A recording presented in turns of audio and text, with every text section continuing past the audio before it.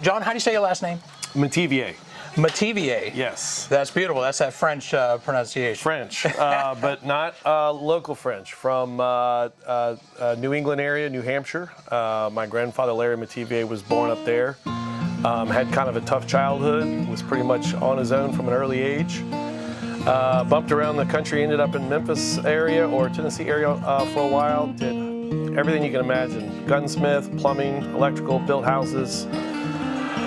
Worked in all capacities. Finally ended up down in New Orleans. Moved here to the North Shore in the early 50s, I believe. And opened up a hardware store down the street from here, actually, down just a little ways. Was only in business for a short while, and then a fire kind of took everything out. Had to regroup, no insurance in those days, right. So had to regroup. Had a bunch of kids. Finally, 3 years later, was able to work a deal with a local family that owned this property. Got a loan from her to build the building and then paid rent on it. And so we owned the building from the 60, built it in 63, I believe. Opened up right at the end of 63. First year of business was 64. And eventually, years later, we were able to buy the property as well. So we've owned that since the early 90s, I believe, before the courthouse opened up, which was kind of a windfall. And yeah, suddenly all of us we were kind of in the main area where this part of Covington used to be kind of on the edge of town.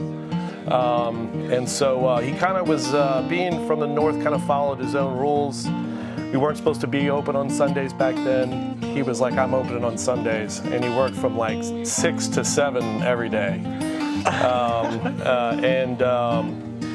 So finally, my father obviously grew up in and around the business. I went to college for a while and then ended up back here in the very early 70s, 71 or 2 or so.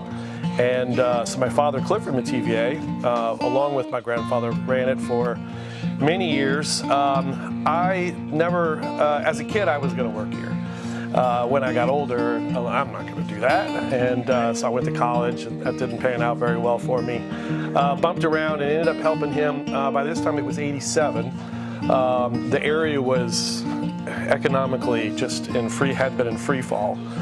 Very little going on. My dad was basically by himself here with a kid that came in after schools to help out. And so I came in to fill in and realized that I fit pretty well. I'd grown up around hardware. I had worked with him. We had a trenching service for years, so I worked on the weekends with him, always fixing things, and I did carpentry and a little plumbing here and there, so it was a natural fit for me to be in here, and I like working with people as they come in and fixing their problems.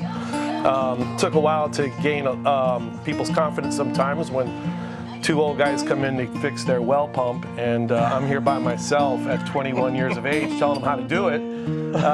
But by the end of a sale, they respect me because I was able to help them and get them fixed up.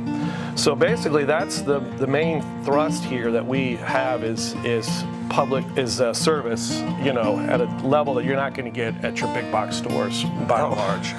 So we're able to be competitive with them. That was a hard run when those places moved in, when Home Depot, and started with Walmart, which was in town where the Rouse's is, and killed the downtown.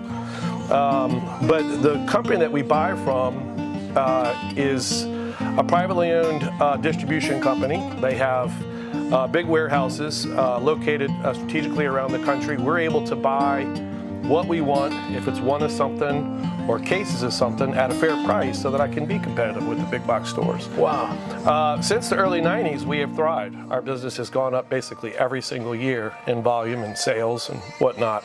Now we find ourselves with the pandemic and with Katrina back in 05 and then Ida here recently, in a position where you suddenly realize how important you are as a small business to the community. When those places aren't able to open or they can't get something, I can get stuff.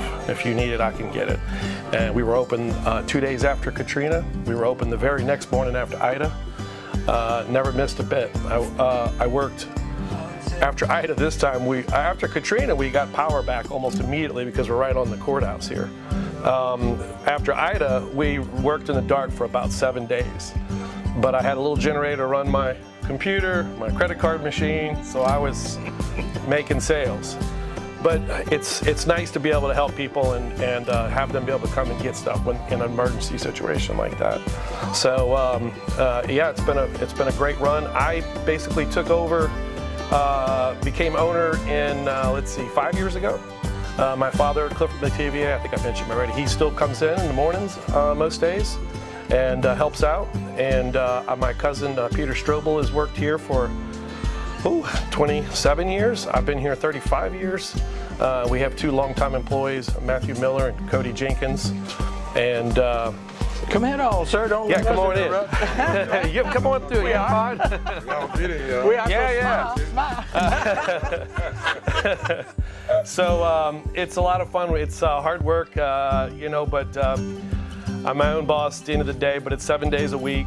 And but we're able to, take time off here and there and get a little break once in a while. But I enjoy it. I look forward to coming to work pretty much every day of the week. Man, that is fantastic. Tell people how they can get in touch with you if they need to call you. Well, the phone always works well, 985-892-4455. We do have, we're on Facebook.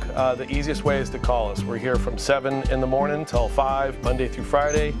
We're here till 3 on Saturdays, and we're open Sunday mornings till 12 every Sunday. So if anybody needs anything, I can get it within 2 days, whatever it is. So, Man. yeah. All right, John, thank you so much. Thank for taking you. I time appreciate to it. Thank show you. us around. We appreciate it. Thank you very much. All right. Okay.